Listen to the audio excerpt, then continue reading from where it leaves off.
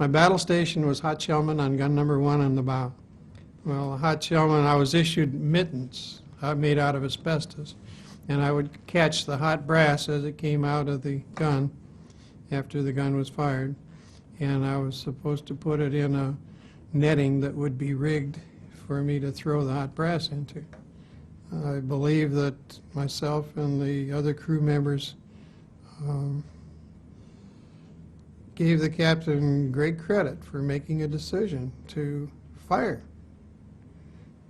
The Arizona was, not the Arizona, the Antares supply ship was coming into Pearl Harbor at 06:45, or a little before that, and towing a barge. And between the Arizona and the barge, this little two-man sub was trying to sneak into the harbor. And it had been spotted before in the area. And we were called to general quarters, and they lost track of it. Okay, it's so small we can't blame the sonar man for losing it in the waves and near the surface and that. But I think we were called to general quarters, something like 0300 or 0400 in the morning.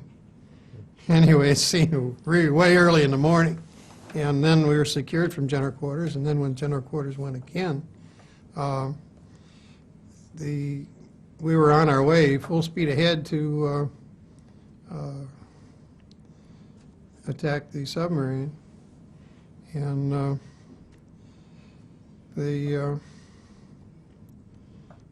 as I understood it, the captain said, all ahead flank, stand by to ram, commence firing. When we fired at the sub, it was 100 yards away. And when gun number 3 fired at it and hit it, it was only 50 yards away. The gun number 3 hit at the base of the conning tower, and I'm sure it killed the Japanese commander of that sub. Bye. Looked like a 50-gallon oil drum on top of maybe 3 or 4 of them that were laid down below it, with a broomstick sticking up. And of course that broomstick was the periscope. If it was anything like that, we thought it might have been a toy, or who knows. We'd never heard of or seen of anything like a two-man submarine before.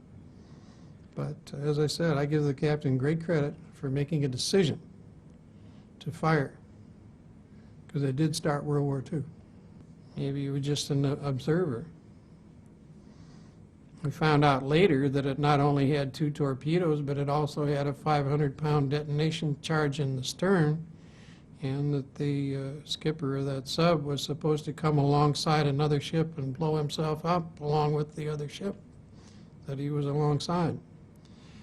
So when I heard about that later on, I was kind of worried, because the captain had said stand by to ram. He'd made up his mind that he was going to get that submarine one way or another. I think the thing that terrified me the most was all the planes. And they were firing at people in the water. And,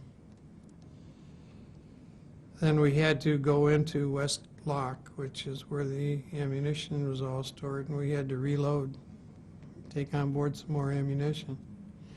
And I didn't like the idea of being in the ammunition storage area under those circumstances. So we got in there, we loaded up and got out. I left the ward about 6 months after the December 7th attack.